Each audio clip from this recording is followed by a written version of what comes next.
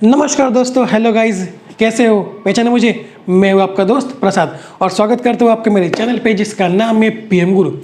पिछले वीडियो में मैंने आपसे कहा था कि इस वीडियो में हम कॉल बाय वैल्यू और कॉल बाय रेफरेंस के बारे में बात करने वाले, जो कि कंसेप्टिव फंक्शन के। ओके, बट उससे पहले हमें पॉइंटर का कंसेप्ट समझना बहुत ज़रूरी है, क्योंकि उस कंसेप्ट में आपको पॉइंटर का यूज़ होने वाला है। तो कॉल बाय वैल्यू और कॉल बाय रेफरेंस सीखने से पहले हम पॉइंटर का कंसेप्ट क्लियर कर लेते हैं। तो शायद 2 या 3 वीडियोस लग जाएंगे पॉइंटर का कंसेप्ट क्लियर करने के लिए। तो उसके बाद हम कॉल बाय वैल्यू और कॉल बाय रेफरेंस का पॉइंट भी देख लेंगे। ओके, तो आज की वीडियो में हम देखने वाले हैं व्हाट इज पॉइंटर, पॉइंटर क्या होता है, पॉइंटर का सिंटैक्स क्या होता है और उसका एक छोटा सा एग्जाम्पल। तो कोई भी टाइम वेस्ट न करते हुए चलते हैं वीडियो की तरफ। So let's begin.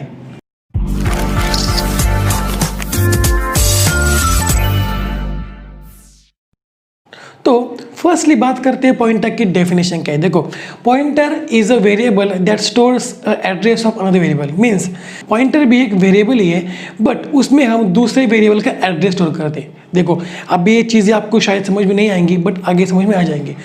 ओके, ये देखो, ये डेफिनेशन ना मैंने कहीं से अभी उठाई नहीं है, ये मेरे दिमाग में बैठी हुई थी।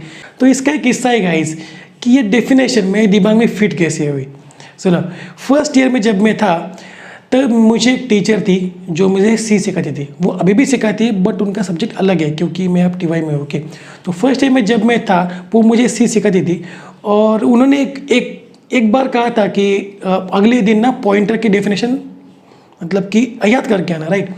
तो मेरा एक दोस्त था, उसने वो पूरी तरीके से याद कर ली थी पॉइंटर की definition. Pointer is a variable that stores address of another variable. ये वो रट के आया था।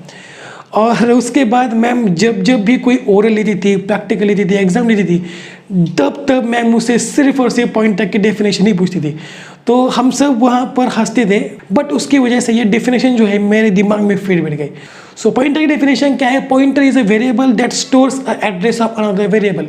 अब ये समझने के लिए आपको थोड़ा मेरे साथ चलना पड़ेगा। ओके, फर्स्टली यहाँ पे मैं एक वेरिएबल लेता हूँ ए नाम का। ओके, ए नाम का एक वेरिएबल है जिसमें कि सपोज 3 वैल्यू असाइन है। ओके, और देखो, अगर ये वेरिएबल है तो इस वेरिएबल को हमारे मेमोरी में कुछ लोकेशन, कुछ जगह मिली होगी, तो उस लोकेशन का नंबर शायद 1000 है। ओके, मतलब कि एक वेरिएबल है जिसमें 3 वैल्यू स्टोर है और वो ए वेरिएबल हमारे मेमोरी में 1000 लोकेशन पर है। ओके, मतलब कि इस एक का एड्रेस 1000 है।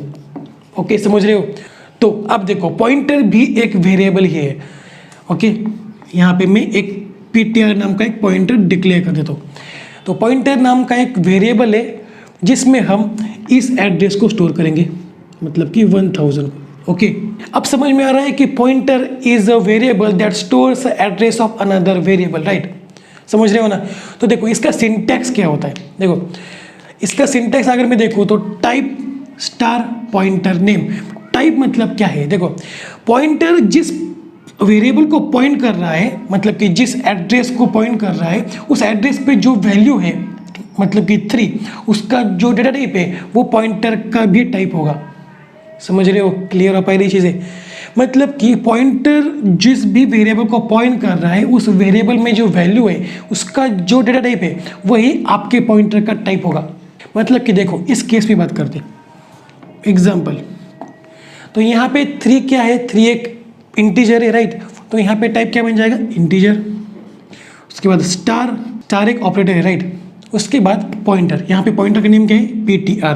तो ptr, ये तो हो गया पॉइंटर का सिंपल डिक्लेरेशन। मतलब कि मैंने यहाँ पे सिर्फ पॉइंटर को डिक्लेयर कर दिया, राइट। मतलब कि इस पॉइंटर में हम इंटीजर वैल्यू वाले वेरिएबल के एड्रेस को स्टोर कर पाएंगे। ओके, अब हमें इस पॉइंटर में इस एड्रेस को एलोकेट करना है। तो हम कैसे करेंगे? देखो, यहाँ पे हमें एड्रेस ऑफ ऑपरेटर का यूज़ करना है। तो एंड का जो साइन है उसे हम कहते हैं address of operator in the case of pointer.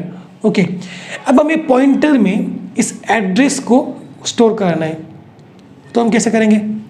तो ptr pointer is equal to and of variable name. अब वो क्या है? वो है a। ओके, तो अब यहाँ पे इस पॉइंटर में इस ए वेरिएबल का जो एड्रेस है वो स्टोर हो चुका है। मतलब क्या? पॉइंटर की वैल्यू क्या है? वो है 1000। ओके। अब अगर मुझे आउटपुट स्क्रीन पे प्रिंट करना है कि इस वेरिएबल का एड्रेस क्या है, तो मैं क्या करूँगा, सिंपली प्रिंटफ करूँगा और PTR को प्रिंट कर दूंगा। तो क्या होगा, इस वेरिएबल का जो एड्रेस है वो प्रिंट हो जाएगा। तो अब हम देखते हैं इसका छोटा सा एग्जांपल, उसके बाद आपके सारे डाउट्स क्लियर हो जाएंगे। तो हम चलते हैं मेरे कंप्यूटर स्क्रीन की तरफ। तो गाइस, पॉइंटर क्या है? Pointer is a variable that contains address of another variable. तो यहाँ पे मैं एक छोटा सा प्रोग्राम देने वाला हूँ, जिसके बाद आपके सारे डाउट्स क्लियर हो जाएंगे। ओके, तो इस वीडियो को अंत तक जरूर देखना। तो पहले मैं फिर फाइल वगैरह चीज़ें डाल देता हूँ, stdio.h। ओके, उसके बाद हैश इंक्लूड conio.h। ओके, अरे यार, ओके। अब इसके बाद यहाँ पे मैं void main का यूज़ करने वाला हूँ, main function. Okay, void main।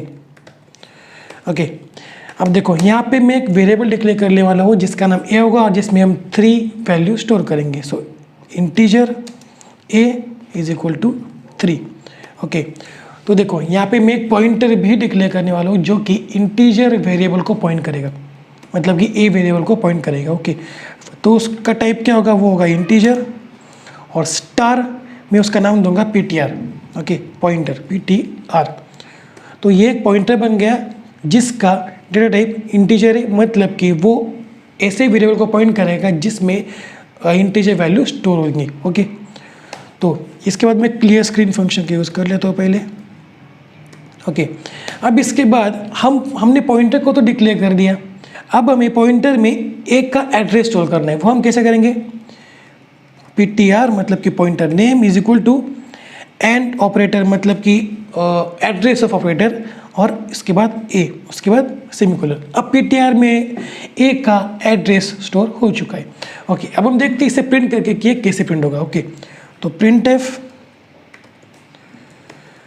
Okay address of a is equal to %d, और उसके बाद यहाँ पे मैं सिंपल PTR को प्रिंट कर दूंगा। क्यों? क्योंकि PTR में a का एड्रेस स्टोर है। ओके, उसके बाद सेमीकोलन। ओके, देखो पहले हम इसे एग्जीक्यूट करके देखते हैं कि ये कैसे होगा। ओके, आखिरी गेट ch और सेमीकोलन और आखिरी कर्ली ब्रैकेट।